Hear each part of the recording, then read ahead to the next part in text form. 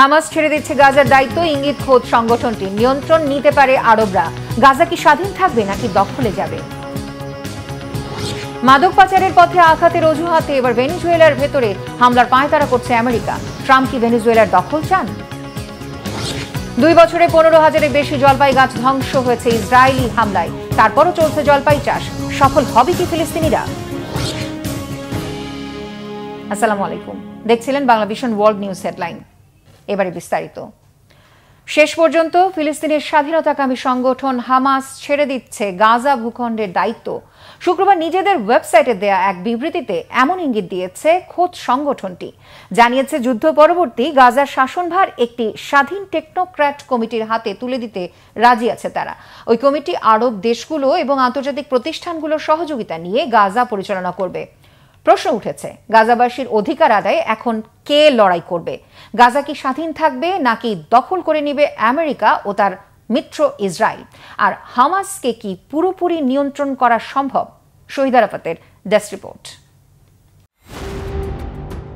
তবে কি গাজার শাসন ব্যবস্থা থেকে সরে যাচ্ছে ফিলিস্তিনের স্বাধীনতাকামী সংগঠন হামাস? মিশরের রাজধানী কায়রোতে বৈঠকের পর এমন ইঙ্গিতই দিল সংগঠনটি। হামাস সহ প্রধান ফিলিস্তিনি রাজনৈতিক দলগুলো জানিয়েছে যুদ্ধ পরবর্তী গাজার শাসনভার একটি স্বাধীন টেকনোক্র্যাট কমিটির হাতে তুলে দিতে সম্মত তারা। ওই কমিটি আরব দেশগুলো এবং আন্তর্জাতিক প্রতিষ্ঠানগুলোর সহযোগিতা নিয়ে ফিলিস্তিনিদের মৌলিক এবং পরিষেবার বিষয়গুলো পরিচালনা করবে। হামাস শাসন ব্যবস্থা থেকে সরে এসে একটি স্বাধীন ফিলিস্তিন টেকনোক্র্যাট কমিটির হাতে শাসনভার তুলে দিতে চায়। কিন্তু যুক্তরাষ্ট্র, বিশেষ করে মার্কিন প্রেসিডেন্ট যুদ্ধবিরতি কার্যকরের জন্য যেই শর্ত জুড়ে দিয়েছিলেন তাতে কিন্তু হামাসের এই শর্ত অকার্যকর হয়ে যাবে। কেননা ট্রাম্পের শর্ত অনুযায়ী ফিলিস্তিনিরা নয়, তিনি নিজেই এই ভূখণ্ডের দায়িত্বে থাকবেন, সাথে অন্য পশ্চিমাদেরও দায়িত্ব দেওয়া হবে। চলতি মাসে যুদ্ধবিরতি শুরু হওয়ার পর থেকেই গাজার শাসন ব্যবস্থা নিয়ে টানাটানি চলছে। এতে যুদ্ধবিরতি টিকে থাকা নিয়েই এখন প্রশ্ন তৈরি হয়েছে। যুদ্ধবিরতির পরও ফিলিস্তিনের গাজায় 15 লাখের বেশি ফিলিস্তিনি দুর্বিষহ জীবনযাপন করছেন। খাদ্য পানির অভাবের পাশাপাশি বসবাসের জায়গাটুকুও নেই তাদের ভাগ্যে। জাতিসংঘের তথ্য মতে যুদ্ধের শুরু থেকে 8 জুলাই পর্যন্ত গাজায় 1,93,000 বাড়িঘর গুড়িয়ে দিয়েছে ইসরায়েল। সমীক্ষা অনুযায়ী ভূখণ্ডটির প্রায় 80% ভবন ধ্বংসস্তূপে পরিণত করেছে নেতানিয়াহু বাহিনী। এসব ভবনের ধ্বংসাবশেষের পরিমাণ 6,10,00,000 টনের বেশি। যুদ্ধবিরতির পর উত্তর গাজা সহ ভূখণ্ডটির বিভিন্ন স্থানে ফিরতে শুরু করেছে ফিলিস্তিনিরা। তবে এই ধ্বংসাবশেষ অপসারণ করে নতুন করে বাড়ি নির্মাণ করবে বা বসবাসের উপযোগী করে তুলবে সেই সামর্থ্য নেই অধিকাংশ ফিলিস্তিনির। এর মধ্যে খাদ্য সরবরাহ স্বাভাবিক না হওয়ায় খাদ্যের অভাবে আছে লাখো ফিলিস্তিনি। এদিকে গাজার পর পশ্চিম তীরে হামলা ও ধরপাকড় বাড়িয়েছে নেতানিয়াহু বাহিনী। শুক্রবার এক ফিলিস্তিনিকে হত্যার পর 2 জনকে আটক করে ইসরায়েলি বাহিনী।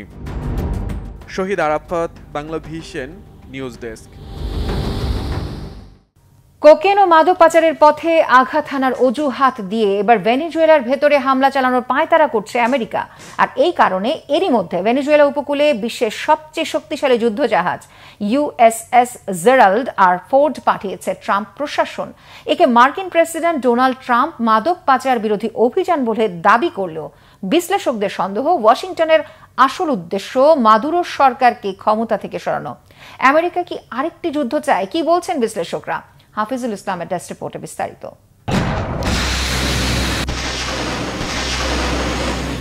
ভেনেজুয়েলাকে শায়েস্তা করতে নিজেদের সবচেয়ে প্রাণঘাতী যুদ্ধজাহাজ পাঠিয়েছে আমেরিকা। বিশ্বের সর্বোচ্চ শক্তিশালী বিমানবাহী রণতরী USS জেরাল্ড আর ফোর্ড ছুটছে ক্যারিবীয় উপকূলের দিকে। সাম্প্রতিক সময়ে মাদক বিরোধী অভিযান নিয়ে যুক্তরাষ্ট্রের সঙ্গে চলমান উত্তেজনায় ভেনেজুয়েলাকে কিছুতেই বাগে আনতে পারছেন না ট্রাম্প। সামরিক হামলার হুঁশিয়ারি, CIA-এর গুপ্ত অভিযানের হুমকি কিছুই পাত্তা দিচ্ছেন না প্রেসিডেন্ট নিকোলাস মাদুরো। উল্টো তিনি জানিয়ে দিয়েছেন আক্রান্ত হলে উচিত জবাব দেবে তার দেশ। এমন পরিস্থিতিতে বিশ্লেষকেরা বলছেন তথাকথিত মাদক পাচার চক্রের বিরুদ্ধে যুদ্ধের অজুহাতে মাদুরোকে সরিয়ে ভেনেজুয়েলার ক্ষমতায় পছন্দের সরকার বসাতে চান ট্রাম্প। এখন প্রশ্ন হলো, লাতিন আমেরিকার সাগরে কি এবার নতুন যুদ্ধের ঝড় তুলবে মার্কিন রণতরী? কতটা শক্তিশালী এই যুদ্ধজাহাজ? ইউএসএস জেরাল্ড আর ফোর্ডের ওজন 1 লক্ষ টনেরও বেশি। 1100 ফুট দৈর্ঘ্যের প্রায় 4টি ফুটবল মাঠের সমান দৈত্যাকার এই জাহাজ যুক্তরাষ্ট্রের ইতিহাসে সবচেয়ে বড় ও অত্যাধুনিক বিমানবাহী রণতরী। পুরনো নিমিটস ক্লাসের এয়ারক্রাফট ক্যারিয়ারের পরিবর্তে নামানো হয় ফোর্ড ক্লাসের এই জাহাজ। জ্বালানি হিসাবে এতে ব্যবহার হয় 2টি পারমাণবিক রিঅ্যাক্টর।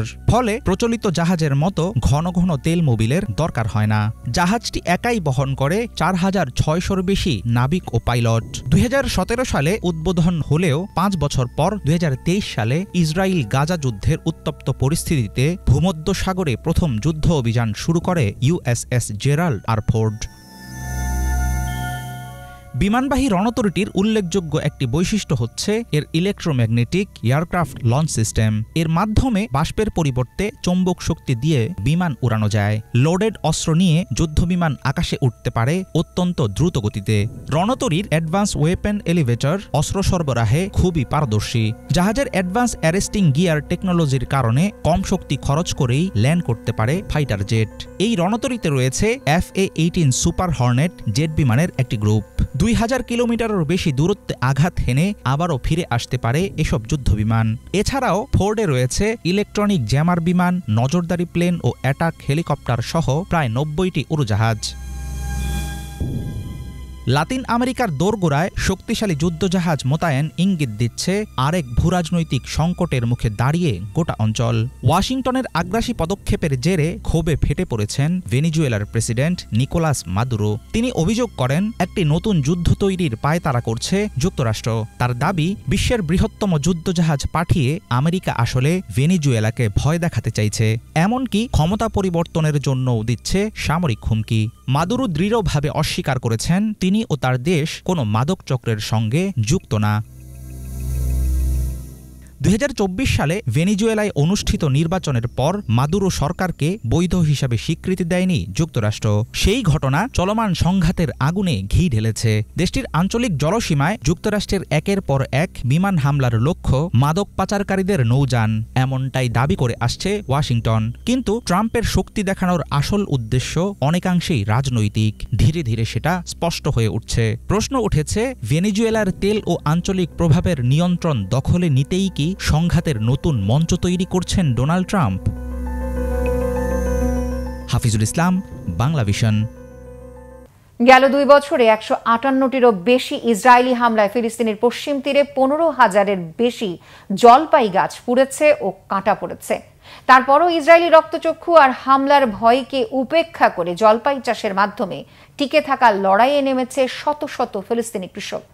ফিলিস্তিনিরা বলছে, জলপাই গাছ তাদের জীবন, ঐতিহ্য ও অস্তিত্বের প্রতীক। মানবাধিকার সংস্থাগুলোর অভিযোগ, ফিলিস্তিনিদের ভূমি দখল করার জন্যই চালানো হচ্ছে পরিকল্পিত এই সহিংসতা। হাফিজুল ইসলামের ডেস্ক রিপোর্টে বিস্তারিত।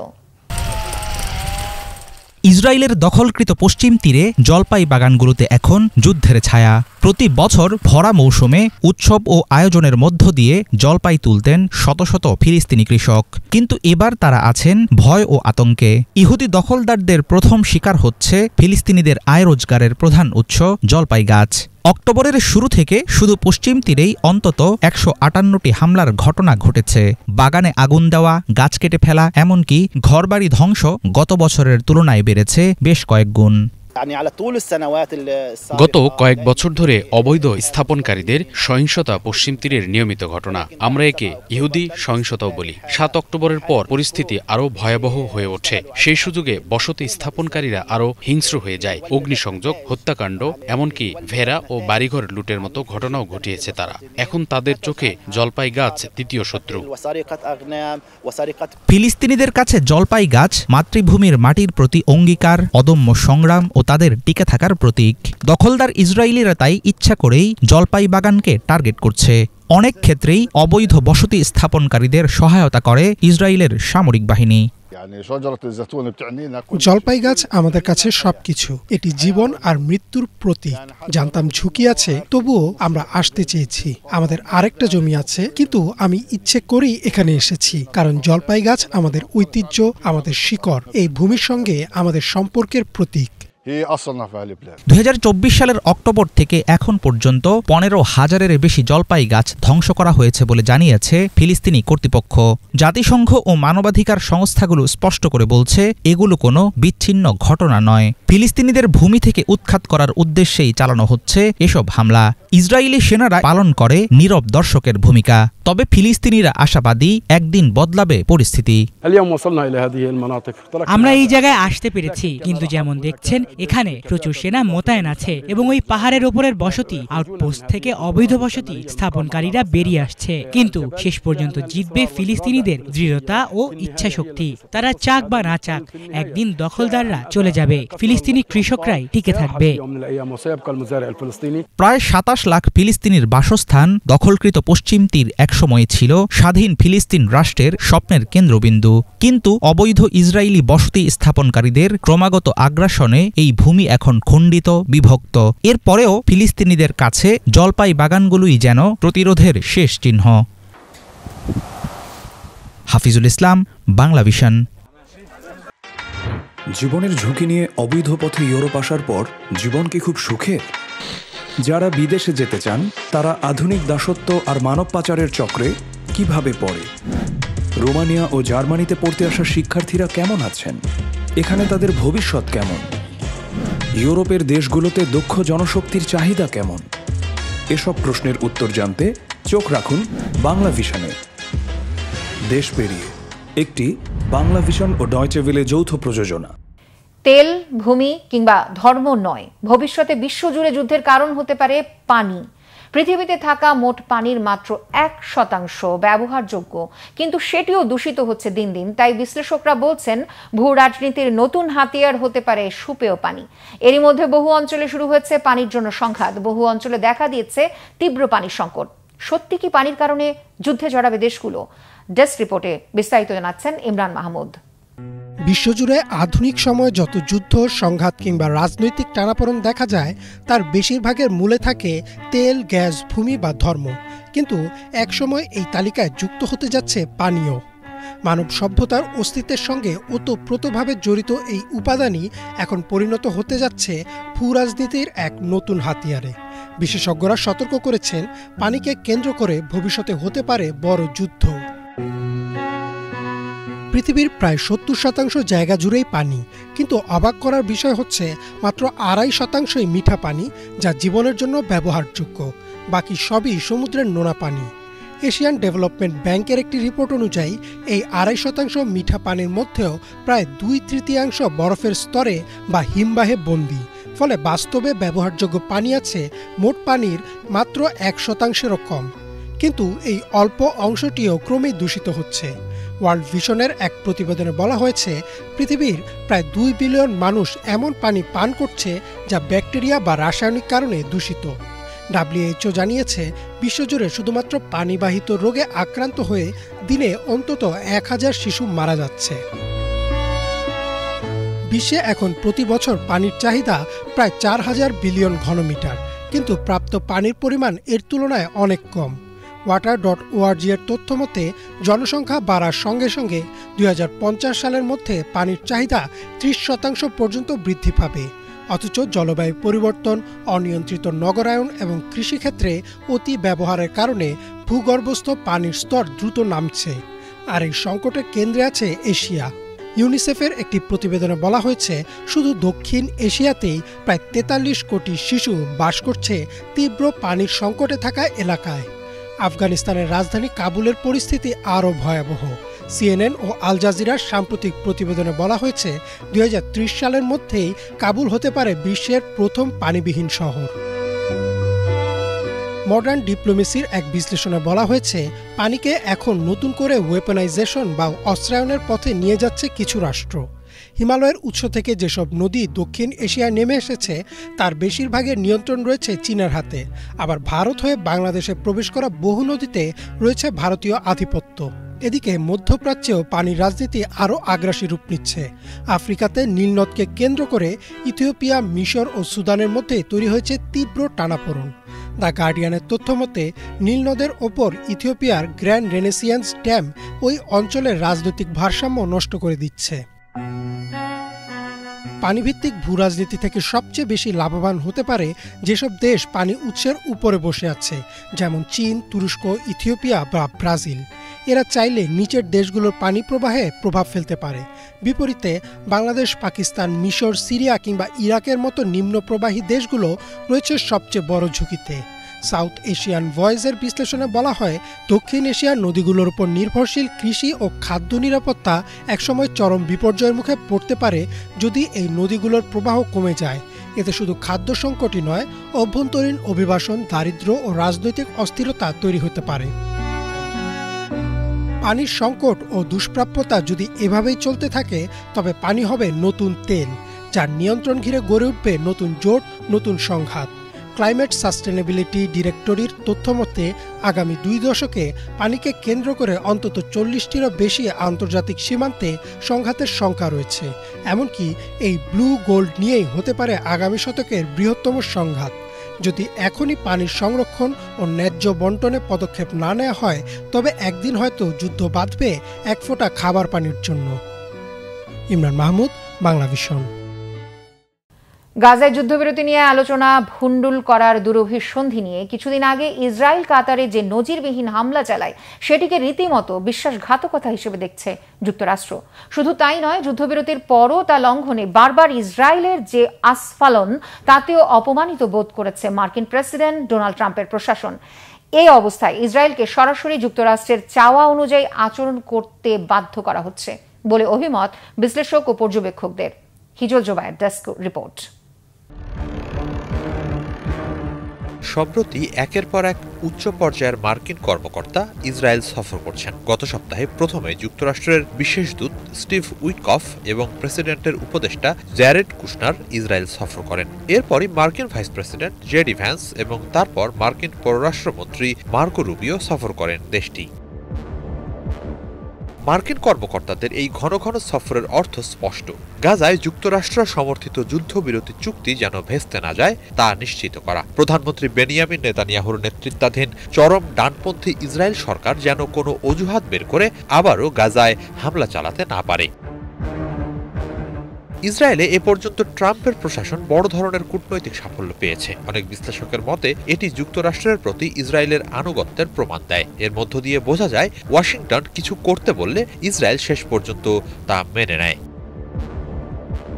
মূলত দীর্ঘদিন ধরে যুক্তরাষ্ট্র সব ক্ষেত্রে ইসরায়েলকে যে সহায়তা দিয়ে এসেছে সেগুলোকেই এখন চাপ প্রয়োগের হাতিয়ার হিসেবে ব্যবহার করছে ট্রাম্প প্রশাসন। এটা দুই দেশের সম্পর্কের ক্ষেত্রে খুব বিরল দশা। এবার তারা সরাসরি ইসরায়েলকে যুক্তরাষ্ট্রের চাওয়া অনুযায়ী আচরণ করতে বাধ্য করছে এবং প্রকাশ্যেই ওয়াশিংটনের চাপ প্রয়োগের বিষয়টি সামনে আনছে। টাইম সাময়িকে দেয়া এক সাক্ষাৎকারে নেতানিয়াহু প্রসঙ্গে ট্রাম্প বলেছেন, আপনারা জানেন আমি তাকে থামিয়েছি, না হলে সে যুদ্ধ চালিয়েই যেত। সেটা হয়তো বছরের পর বছর ধরে চলত। একই সাক্ষাৎকারে ট্রাম্প আরও বলেন, যদি ইসরায়েল পশ্চিম তীরকে নিজেদের সঙ্গে অন্তর্ভুক্ত করার প্রক্রিয়া চালিয়ে যায় তাহলে তাদের সব ধরনের সহযোগিতা দেওয়া বন্ধ করে দেবে যুক্তরাষ্ট্র। নেতানিয়াহু সে বার্তা বুঝতে পেরে এর বিরুদ্ধে অবস্থান নিয়েছেন। তার কার্যালয় পশ্চিম তীরকে ইসরায়েলের সঙ্গে অন্তর্ভুক্ত করা নিয়ে পার্লামেন্টে ভোটাভুটিকে রাজনৈতিক উস্কানি হিসেবে উল্লেখ করেছে। অথচ এর আগে নেতানিয়াহু নিজেও পশ্চিম তীরকে অন্তর্ভুক্ত করার বিষয়টিকে সমর্থন দিয়ে আসছিলেন। এর আগে যে কোনো কারণেই হোক মার্কিন প্রশাসনগুলো ইসরায়েলের সঙ্গে সরাসরি সংঘাত এড়ানোর চেষ্টা করেছে। প্রথম মেয়াদে এমনকি ট্রাম্পও তাই করেছেন। তবে দ্বিতীয় মেয়াদে তিনি ইসরায়েলের সঙ্গে তুলনামূলক বিরোধপূর্ণ পথ অনুসরণ করছেন। এখন পর্যন্ত তার এই অবস্থান কাজেও লাগছে। যুক্তরাজ্য ভিত্তিক থিঙ্ক ট্যাঙ্ক চ্যাটহ্যাম হাউসের জ্যেষ্ঠ কনসাল্টিং ফেলো ইওসি মেকেলবার্গ গত সপ্তাহে সিবিএস নিউজের 60 মিনিটস অনুষ্ঠানে এক সাক্ষাৎকারের প্রসঙ্গ টেনে বলেন, ওই সাক্ষাৎকারে উইটকফ বলেছেন, সেপ্টেম্বরে কাতারে হামাসের আলোচক দলের ওপর ইসরায়েল হামলা চালানোর পর তিনি এবং ট্রাম্পের জামাতা কুশনারের মনে হয়েছিল তারা ইসরায়েলের দিক থেকে বিশ্বাসঘাতকতার শিকার।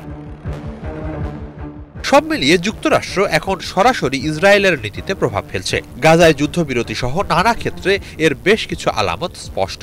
যেমন নেতানিয়াহুর ওয়াশিংটন সফরের সময় গাজা যুদ্ধবিরতি ঘোষণা ও তাকে তা মানতে বাধ্য করা। একই সফরে দোহায় ইসরায়েলি হামলার জন্য কাতারের কাছে আনুষ্ঠানিকভাবে ক্ষমা চাইতেও বাধ্য করা হয় নেতানিয়াহুকে। এর বাইরে ইরানের সাথে যুদ্ধবন্ধের ক্ষেত্রেও ট্রাম্প ইসরায়েলের নীতি নির্ধারণে হস্তক্ষেপ করেন। সাবেক ইসরায়েলি দূত এবং নিউ ইয়র্কে নিযুক্ত কনসাল জেনারেল অ্যালন পিনকাসের মতে এসবের মধ্য দিয়ে ইসরায়েলের স্বাধীনতার সীমা নির্ধারণ করে দিচ্ছে যুক্তরাষ্ট্র। এগুলো নেতানিয়াহু ও অন্যদের জানিয়ে দিচ্ছে যে নির্দিষ্ট সীমার বাইরে গেলে অবশ্যই যুক্তরাষ্ট্রের সাথে পরামর্শ করতে হবে। হিচল জোবায়ের, বাংলা ভিশন। এই ছিল এখনকার মতো। এতক্ষণ সাথে থাকার জন্য ধন্যবাদ সবাইকে।